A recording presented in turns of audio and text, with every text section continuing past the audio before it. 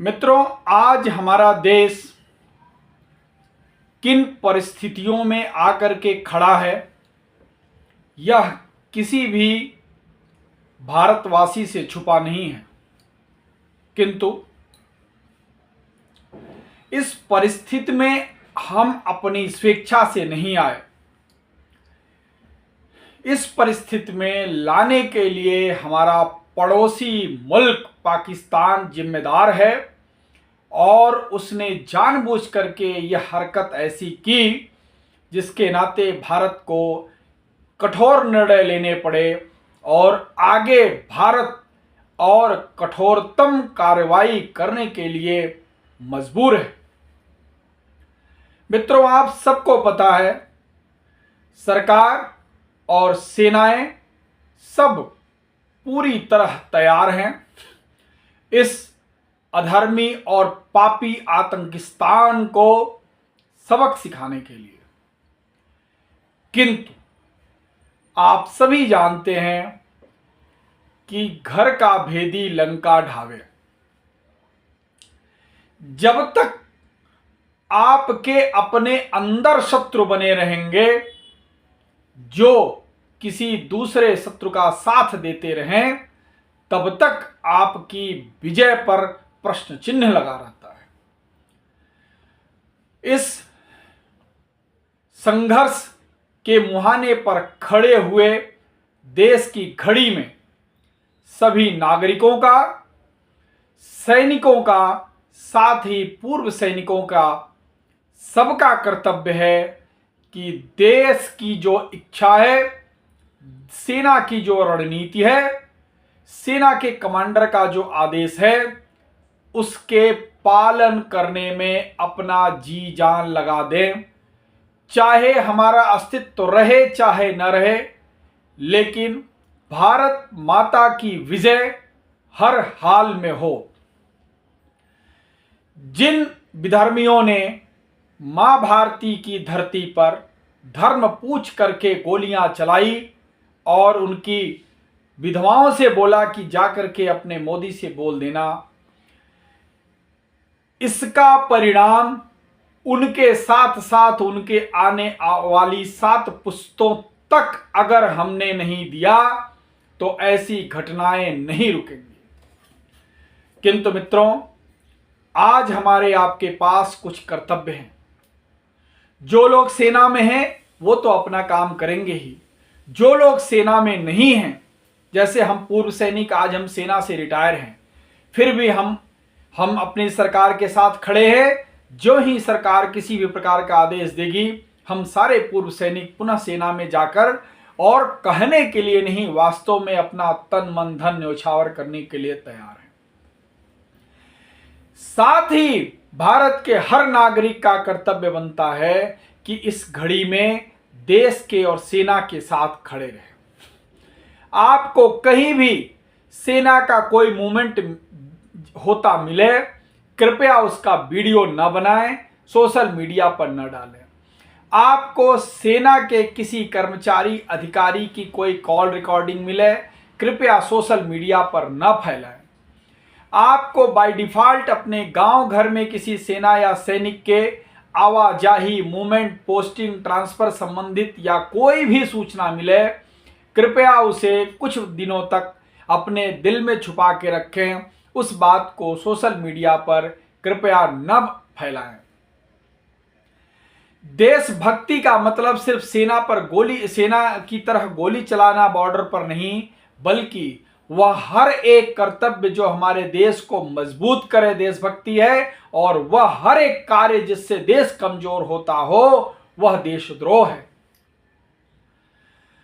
तो सभी नागरिक अपने इस कर्तव्य का पालन करें कि देश के संकट की घड़ी में हर एक सेना के कर्मचारी, अधिकारी, जो भी आपके गांव के इर्द गिर्द हों, उनके घरों पे जाएं। अगर उनका कोई परिवारी जन रहा है तो वहां जाकर उन परिवारी जनों को माल्यार्पण करें कि गर्व है जो आपके परिवार में कोई सैनिक या सैनिका से अधिकारी है। हम सब आपके साथ खड़े हैं। साथ ही साथ पूरे देश भर के सिविल एडमिनिस्ट्रेशन, प्रशासन, जिलाधिकारी महोदय आदि, पुलिस आदि सबसे मेरी गुजारिश है और प्रार्थना है कि इस दौरान सेना और उनके परिवार के लोगों की अधिक हेल्प करें, ज़्यादा केयर करें। आपके पास कोई भी सैनिक या उनके परिवार वाला अगर इस समय आपके पास हेल्प के लिए आता है, कृपया उसकी हेल्प करें। देश के जितने भी थाने हैं, अगर वहाँ पर कोई भी सैनिक आपसे किसी प्रकार का हेल्प मांगने आता है, चाहे वो ड्यूटी पर हो या नहीं भी ड्यूटी पर हो, उसका हेल्प आप करेंगे, उसका मोराल 10 गुना बढ़ेगा। विगत समय में ऐसी कुछ घटनाएं देश के अंदर हुई जिसमें सेना के अधिकारियों और कर्मचारियों के साथ अनुचित व्यवहार करते हुए पाया गया। ऐसी घटनाएं दोबारा न हो, ये इंश्योर करना सिविल एडमिनिस्ट्रेशन का काम है। सेना और उनके परिवार का मनोबल आप जितना ही बढ़ाए रहेंगे, देखिए सेना और सैनिक का मनोबल तो हमेशा ऊंचा रहता है। मनोबल तब टूटता है जब आप उनके परिवार या उनकी कोई व्यक्तिगत परेशानी में सिविल एडमिनिस्ट्रेशन साथ नहीं देता, तो मनोबल टूटता है। और आप सभी नागरिक तथा सामान्य प्रशासन अगर किसी सैनिक या उसके परिवारजनों का उचित देखभाल या उनकी सहायता करते हैं, आप 10 गुना सैनिक का मनोबल बढ़ा सकते हैं। इस संकट की घड़ी में सरकार के द्वारा दिए हुए निर्देशों का अवश्य पालन करें।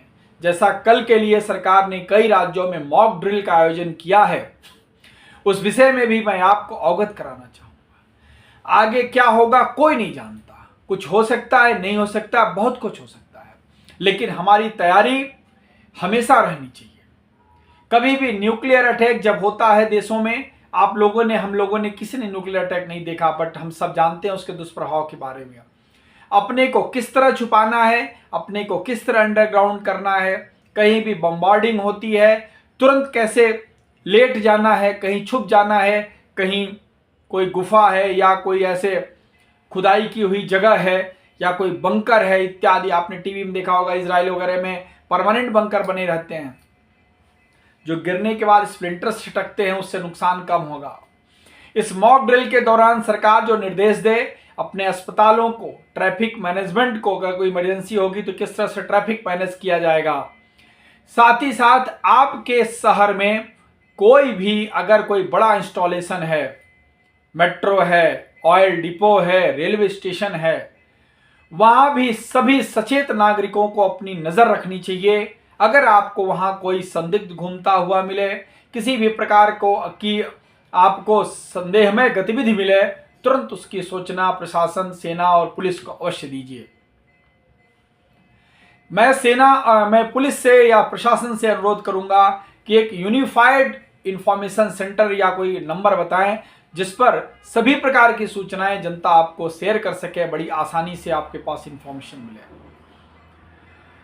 कोई भी जैसे पानी की टंकी है या कोई भी ऐसे खाद्यान्न है, हॉस्टल है, स्कूल कॉलेज इत्यादि हैं, इस दौरान, युद्ध के दौरान ऐसी जगहों पर भी पैनी और तीखी नजर रखनी चाहिए, जिससे दुश्मन कई बार ऐसे जगहों पर किसी भी प्रकार का न्यूक्लियर बायोलॉजिकल वारफेयर करके और वहां पर प्रभावित करके सरकार का और सेना का ध्यान आकृष्ट करना चाहता है।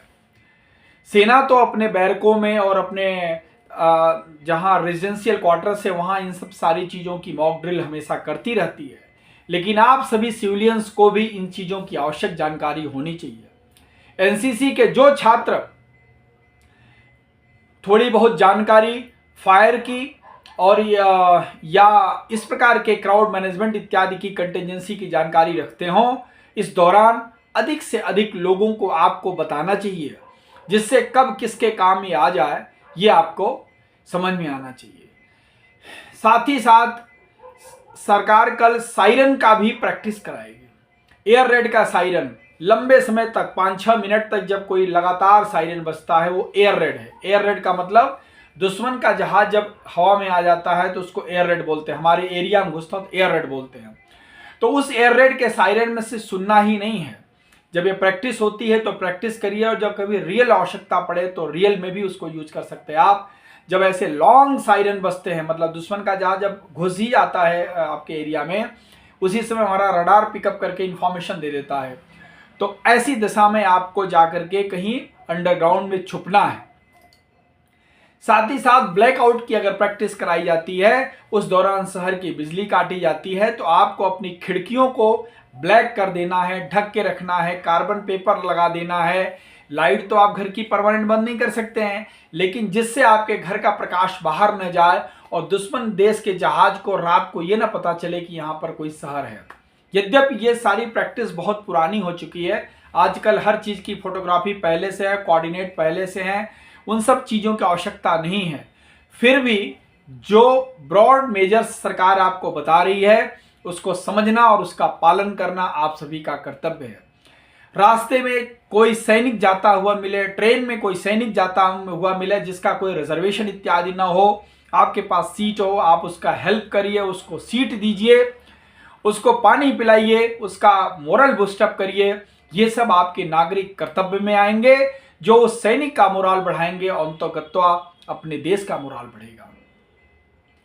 आपके एरिया से, रास्ते से कोई सेना की टुकड़ी जा रही है, ट्रूप्स जा रही है, वीडियो ना बनाएं, लेकिन अगर आप कुछ उनको ऑफर कर सकते हैं, फूल माला इत्यादि या कुछ खाने पीने की वस्तुएं, यद्यपि उनको इनकी आवश्यकता नहीं और वो लेंगे भी नहीं, लेकिन आपके ऐसा ऑफर करने से उनके हृदय में बहुत ही सम्मान बढ़ेगा और उनका मोरल बूस्टअप होगा। भारत की सेना, भारत के सैनिक अपने आप में बहुत ही उच्च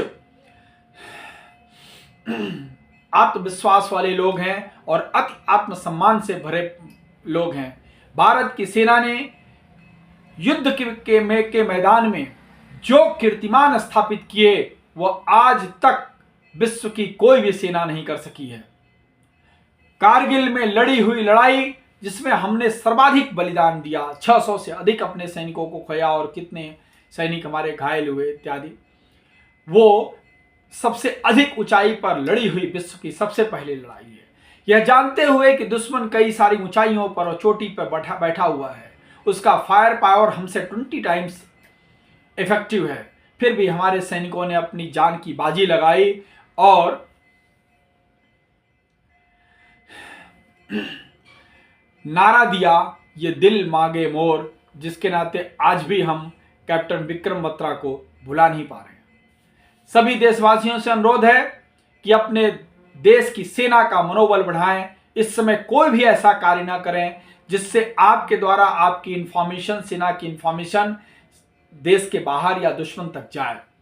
साथ ही साथ सेना और उसके जवानों और साथ ही उनके परिवार वालों का मोरल बूस्टअप करें। सैनिकों के घरों पर जाएं, जो गांव के प्रधान है सैनिकों के घरों पर जाएं, उनका हालचाल पूछें, उनके परिवारजनों को सम्मानित करें। ये सूचना आपके सैनिक तक तो पहुंची जाएगी निश्चित रूप से।